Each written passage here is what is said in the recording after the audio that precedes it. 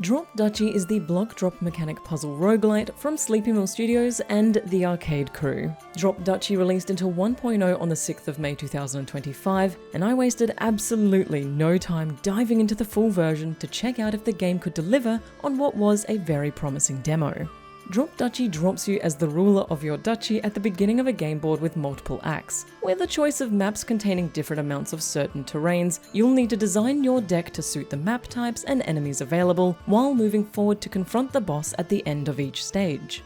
There are also sub-objectives that you can work towards as you play through the maps, which will grant permanent upgrades to your duchy as part of the game's meta progression. These challenges will range from economic to military and provide an extra edge to your current gameplay, while resulting in rewards that will make your next run just that little bit easier. You'll also unlock leaves on the progress tree, which translate into new cards containing buildings, technologies, terrain, checkpoints, and more. Tetris aficionados, whom I might point out have had plenty of time to hone their skills, are in luck, for Drop Duchy highly regards those who can form a full complete row, and this will be the main mechanic for collecting those critical resources needed to advance your deck and gameplay. The core mechanic of the game consists of rotating and moving the different shaped blocks. And you'll need to think fast, as if you don't do the block dropping, Drop Duchy will do the block dropping for you. You'll need to weigh up certain placements to decide whether getting the extra resources for exploring a row is better than optimizing placement for your buildings, as certain buildings will want to be placed next to certain kinds of terrain, and military buildings in particular have the biggest payoff for paying attention to their requirements. You can also optimize this placement timing by putting a building aside in reserve to give you some more time to drop it in a more suitable setting. Similarly, you are in charge of dropping in the enemy military buildings as well, and deliberate bad placement of those buildings is the best way of ensuring a victory at the end of the map. Some buildings will have a synergy with each other or enemy buildings. For example, the siege camp has a radius in which it will destroy enemy troops, subtracting them from the total number you'd have to face at the end. Whereas some other buildings really like having neighbors and being buds, and will indeed swell their ranks with enemy troops if you place a building in their radius. This will cause some consternation in regards to your block placement, but you can also place one block at a time in timeout, effectively removing one of their military cards from the deck. And removing their military should be one of your top focuses, for at the end of each map, you'll face off against the enemy troops and engage in a different kind of strategy. With a rock, paper, scissors combat style, you'll need to work out which troops to push into battle first, and which to merge with your other groups. Swords beat arrows, arrows beat axes, axes beat swords. Merging one group with another will force the smaller group to take on the characteristic of the first. For example, 5 swords into 10 archers will become 15 archers, and certain technology cards will reward the merging of same troop types. What seems a very straightforward mechanic can easily become a very severe head scratcher. As your leftover troops turn into gold and leftover enemy troops damage your HP store, performing well at the end of each map is crucial to the longevity of your run. As for your economy blocks, there are 7 types of terrain currently in 1.0. Plains, forests, mountains, rivers, wasteland, fields, and neighborhoods. Each one will benefit or subtract from economy and military buildings, so the more you know about your cards, the better you'll be able to place your blocks. There are also resources you need to collect in order to unlock more spaces in your playable deck and upgrade cards and technologies. There are currently 7 types of resources to collect and spend, including stone, gold, wood, grain, population, faith, and crusaders. Basic terrain begins with plains that can be terraformed to farms for an extra food bonus, mountains harvested for stone, forests for wood, and rivers for gold. Different terrain combos around certain buildings can result in huge payoffs in resources, which makes all the difference to your current run. Rivers, in particular, can turn the tides, so to speak,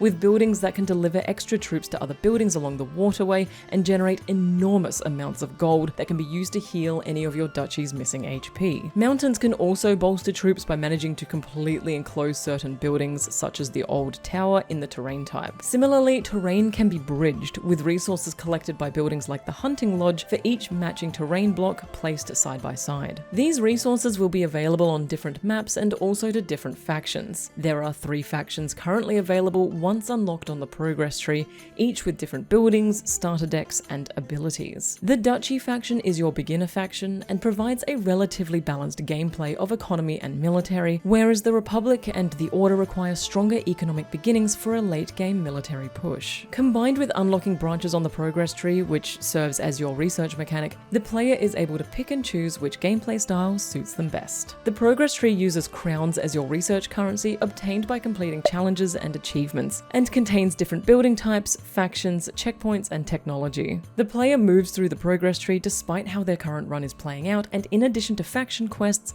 the tree serves as Drop Duchy's meta progression system. Checkpoints such as the trade fair, university, guild, port, and the village provide opportunities to obtain new cards, technologies, to trade resources for others, and upgrade existing cards. Technologies act as passive buffs and bonuses, not taking up a place in your hand, but providing benefits during maps and resulting in some potentially enormous gains. For example, the Lucky Finds card grants a 20% chance of gaining double exploration resources when you complete a row. The Tactical Advantage card buffs allied unit types if placed next to each other, whereas other technology cards will alter blocks as they drop, so you can tailor the actual terrain to your deck as well. For example, the upgraded Clearing card, the Windmill, and the Watchtower placed in neighbouring squares will result in a healthy crop of fields and archers, bolstering your resources and military reserves. And yes, you can level each card individually. Using resources, you can increase the gains from each building or technology card, and a lot of the faction quests will result in the permanent upgrade of certain buildings for the beginning of new runs. Utilizing your level ups carefully can result in mega overpowered combos and end of round plays, but be warned, the enemy cards will also level themselves up, scaling the difficulty with each new map as you progress. At the end of each act, a boss level looms, requiring a bit of outside-the-box thinking. These 3 bosses differ from the previous maps. Boss 1 includes the Wall, a mechanic that forces the player to build compact, lest they trigger overwhelming combat too early. Boss 2, the Keep, introduces the wider landscape map, with eyes everywhere, encouraging the player to build their buildings out of sight. And Boss 3, the Dungeon, punishes any building in sight of its lookout towers and hires mercenaries to fight against you, unless you can raise the resources to buy them off by using the limited build space strategically with your economic buildings.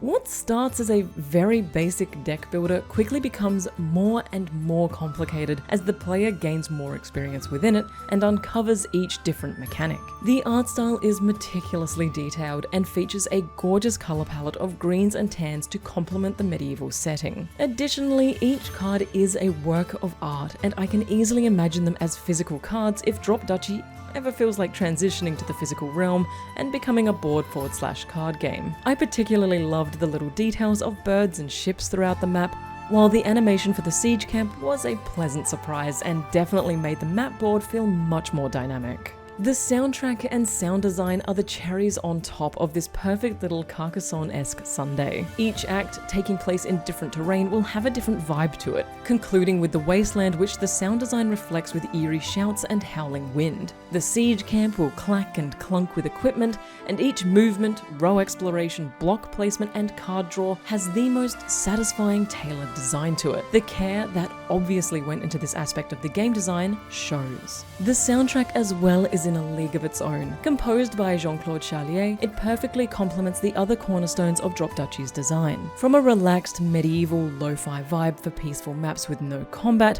to the more on-edge upbeat pace of the boss maps, the music seats itself in the back of your mind and enhances the gameplay without overtaking it. It also lives rent-free in my head whenever I'm not playing. In terms of what I'd love to see from Drop Duchy, the answer is simple.